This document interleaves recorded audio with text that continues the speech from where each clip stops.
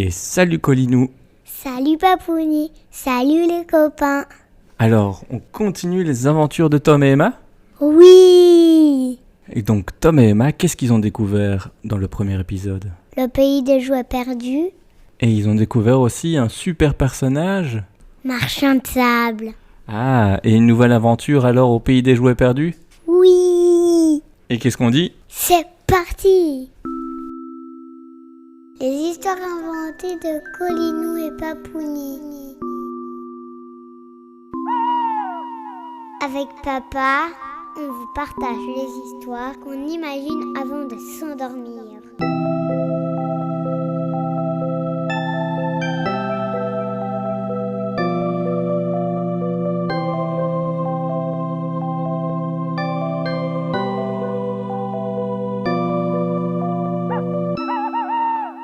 Pendant les vacances, Tom avait invité Emma à passer quelques jours chez lui.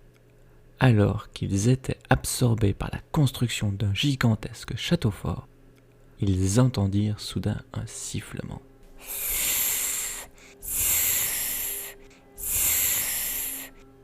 Le son provenait de la lampe serpent que Tom avait trouvée dans la boutique du vieux monsieur. Les deux enfants s'approchèrent.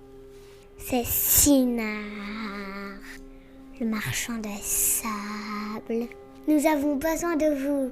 Êtes-vous prêts pour votre première aventure au pays des jouets perdus ? Un grand Oui. résonna dans la chambre. Tom et Emma grimpèrent aussitôt sur le lit et Emma fit voler la couverture magique au-dessus de leur tête. Pif pouf.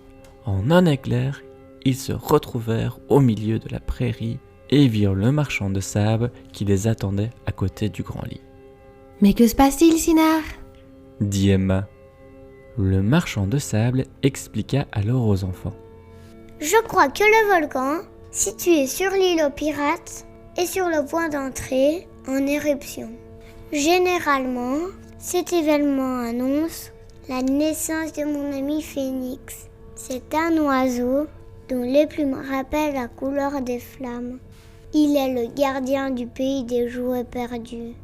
Il faut savoir que c'est un événement qui se produit que très rarement, tous les 500 ans environ. Je pense que c'est votre arrivée sur l'île qui l'a déclenché. Acceptez-vous de m'accompagner là-bas ? Évidemment. Répondirent en chœur les deux enfants.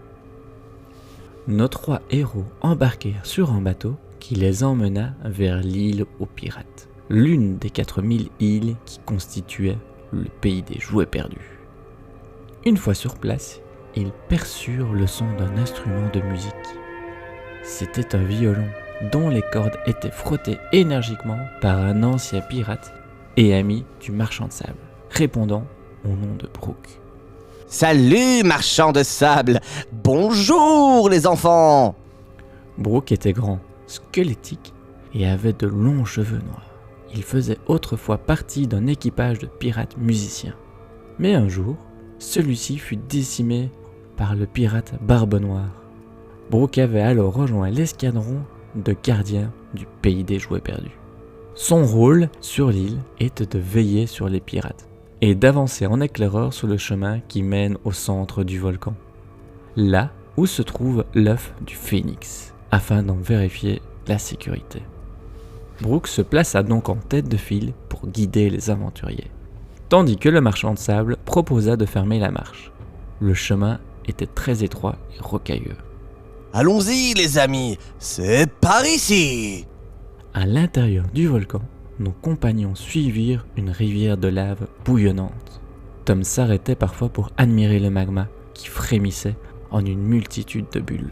Quelle chaleur! Emma, concentrée, veillait à rester tout près de son ami. Elle avait peur que son pied ne glisse vers le bord du chemin, qu'elle trébuche et tombe dans ce torrent rougeoyant. Quelle angoisse! L'intérieur du volcan impressionnait les deux enfants, et ils ne pouvaient cacher leur excitation à l'idée d'assister à la naissance de véritables phénix. Ils entendirent alors une violente explosion et ressentirent d'inquiétants tremblements de terre sous leurs pieds. Brooke s'arrêta net posa son index sur ses lèvres, faisant signe aux enfants de ne pas faire de bruit. Devant eux se trouvait un rocher entouré de lave en feu, et sur ce rocher, un œuf. Un œuf de phénix. Le moment était venu. Le marchand de sable sortit de sa sacoche une petite fiole remplie d'une poudre jaune et lumineuse. Il en vida le contenu de la paume de sa main droite et souffla doucement en direction du rocher. L'œuf commença à frémir de plus en plus fort, puis il se fondit. Un jet de lave atteignit le plafond qui s'écroula. Nos 4 héros se penchèrent et protégèrent leur tête avec leurs bras. Quand ils se relevèrent, ils aperçurent l'énorme trou dans la voûte causée par l'explosion.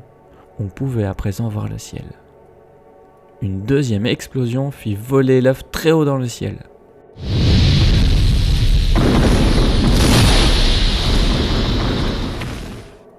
L'instant d'après, on entendit un piaillement.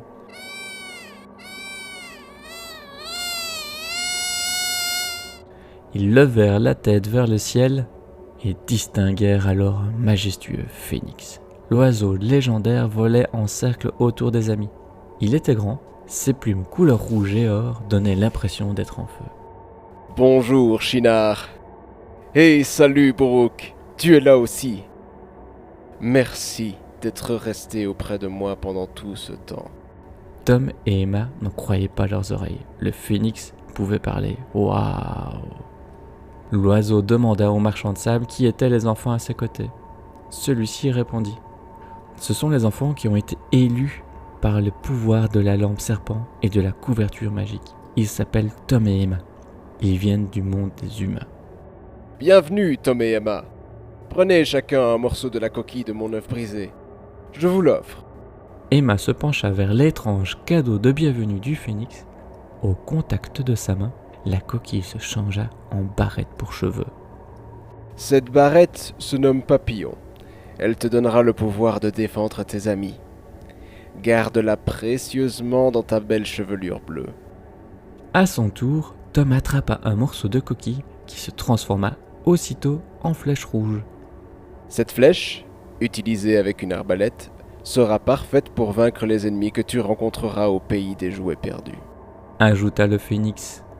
Quand le volcan eut fini de gronder, Tom, Emma, Brooke, le marchand de sable et le phénix se mirent en route pour rentrer tous ensemble à la citadelle.